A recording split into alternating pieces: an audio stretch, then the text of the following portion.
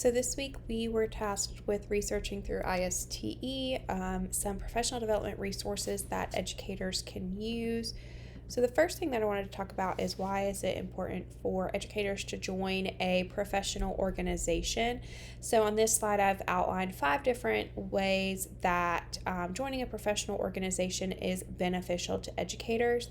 So one of the ways that it is important for educators to join a professional organization or a learning community is so that educators are able to connect with other teachers, educators, administrators outside of their school buildings in order to collaborate on lessons and instructional practices and make those connections, whether they are across states or districts and countries, to ensure that they are delivering high quality, engaging lessons for all students.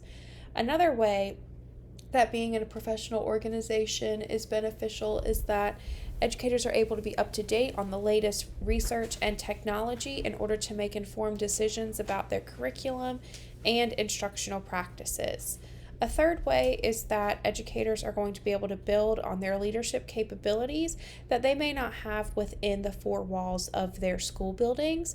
So in this sense, educators are able to step outside, find some new leadership opportunities in which they feel that their philosophy of education aligns with.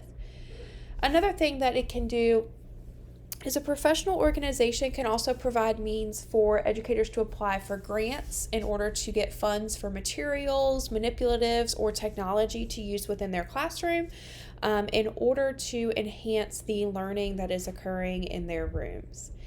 Last but not least, joining a professional organization can also promote growth from within the profession. As educators, we are tasked with growing with the times that are changing in education, and as an educator, it's important that we grow each and every day because the world of education is changing and we have to change with it.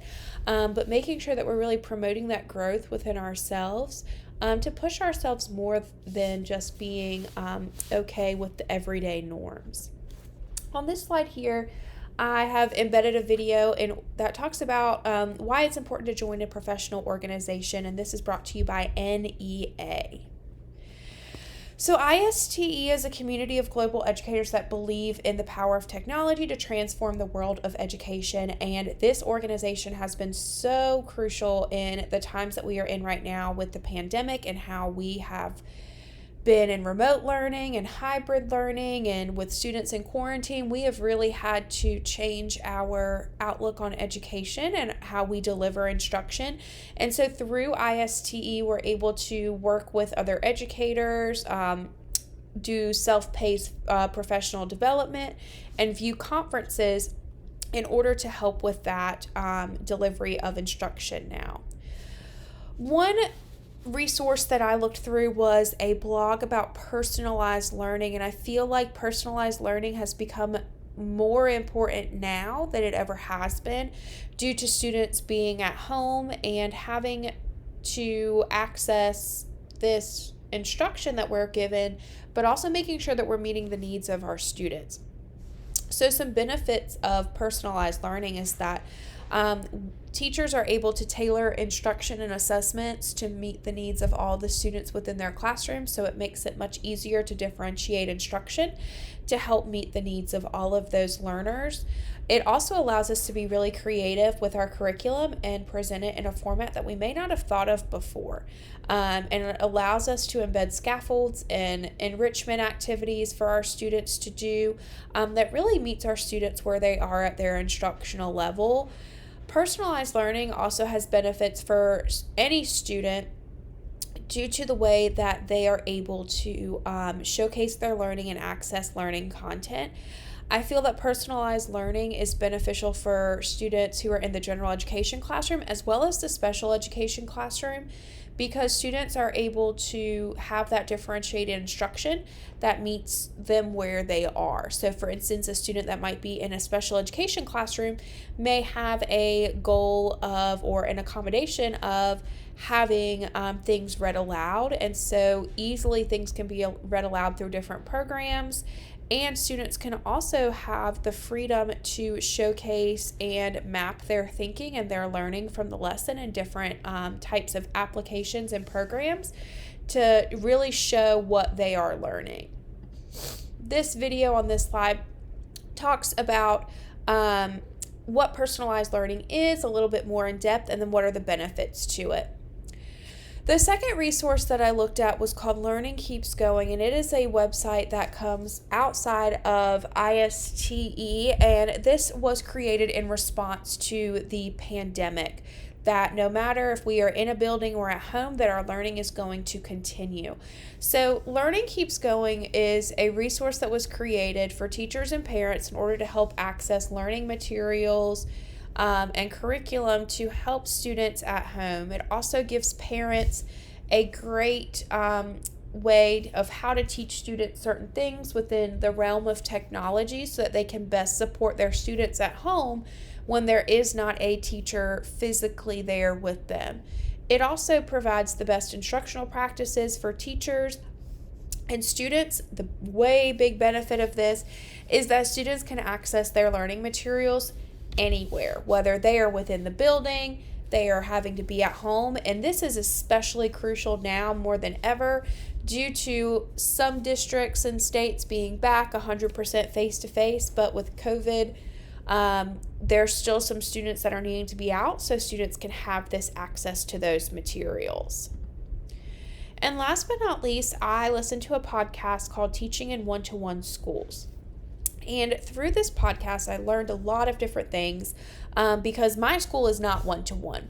So I feel that this could benefit all students because learning, as discussed above, can be personalized to students. So teachers are really able to incorporate these best practices, and it provides equitable instruction to students. So, there might be some students who, have difficulty with reading a text, and so the text can be read to them and they can listen to the text.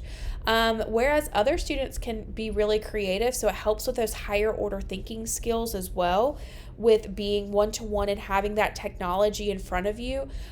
With the equitable piece, we're giving access to all students with these devices, but it's equitable in the sense of education to where we're providing the same opportunities for all students and just meeting them where they are. Something that Teaching in a One-to-One School podcast discussed is that we need to take the focus less off of the devices and what they are and how to properly use them, because we're in a day and age now where our students are pretty knowledgeable on how devices work, but it allows for a mindset shift within our students to take more ownership and accountability of their learning, because they are the ones that are responsible for receiving that learning and that instruction, depending on the modality that it is sent out in. And so it's very important that students are accountable for their learning. And through this, the rigor can be increased, and teachers need to know how the devices are, one, supporting their students' learning, but also how is it enhancing their delivery of their instruction in order to make sure that they are meeting the needs of all of their students.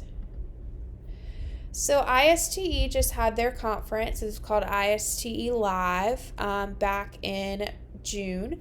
And so they had a completely virtual conference due to the pandemic, and, participants were able to sign up and join in live interactive sessions on engaging students in blended learning and also in face-to-face learning. So one of the great features that I noticed was that they offered a peer-to-peer chat for help for educators to connect live with other educators with their questions about topics covered in sessions and to make those connections as we discussed, which is super important with a professional learning community and organization. It's important to make those connections and collaborate with other educators in areas that you're really confident in.